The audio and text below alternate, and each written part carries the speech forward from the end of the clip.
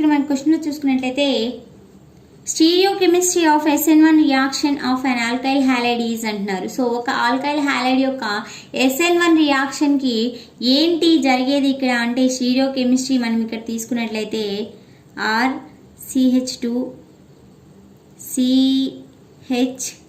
CH3 Cl ఉంది అనుకుందాం. ఇది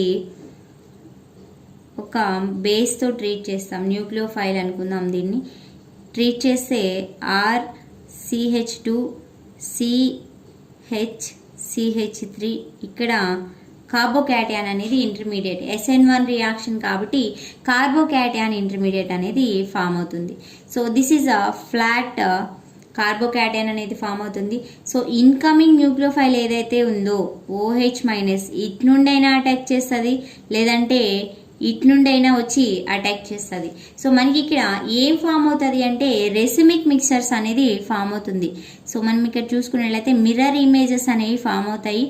so CH3 CHOH CH2 R, అదేవిధంగా ఇటువైపు OH CH3 CH2 R H అనేది ఫామ్ అవుతుంది. మిర్రర్ ఇమేజెస్ అనేవి ఫామ్ అవుతాయి, ఎనాన్షియోమర్స్ అనేవి ఫామ్ అవుతాయి. సో రెసమైజేషన్ అనేది ఇక్కడ జరుగుతుంది. రెసమైజేషన్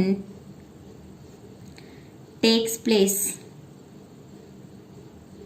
సో ఆప్టికల్లీ యాక్టివ్ కార్బోకాటయాన్ అనేది మీన్స్ ఆల్కైల్ హ్యాలైడ్ అనేది ఈ ఆప్టికల్లీ ఇన్యాక్టివ్ ఎనాన్షియోమర్స్ గా కన్వర్ట్ అవుతుంది అని చెప్పొచ్చు. సో రెసిమైజేషన్ టేక్స్ ప్లేస్ అనేది మనకి ఇక్కడ SN1 రియాక్షన్ లో జరుగుతుంది. అదే SN2 అయితే ఇన్వర్షన్ అనేది జరుగుతుంది. ఇక్కడ SN1 లో ఓన్లీ ఇన్వర్షన్ అండ్ రిటెన్షన్ రెండు కూడా 50-50% జరుగుతుంది కాబట్టి మనకి ఎనాన్షియోమర్స్ అనేవి ఫామ్ అవుతాయి. So racemization takes place. So B is the correct answer for this question. Thank you friends.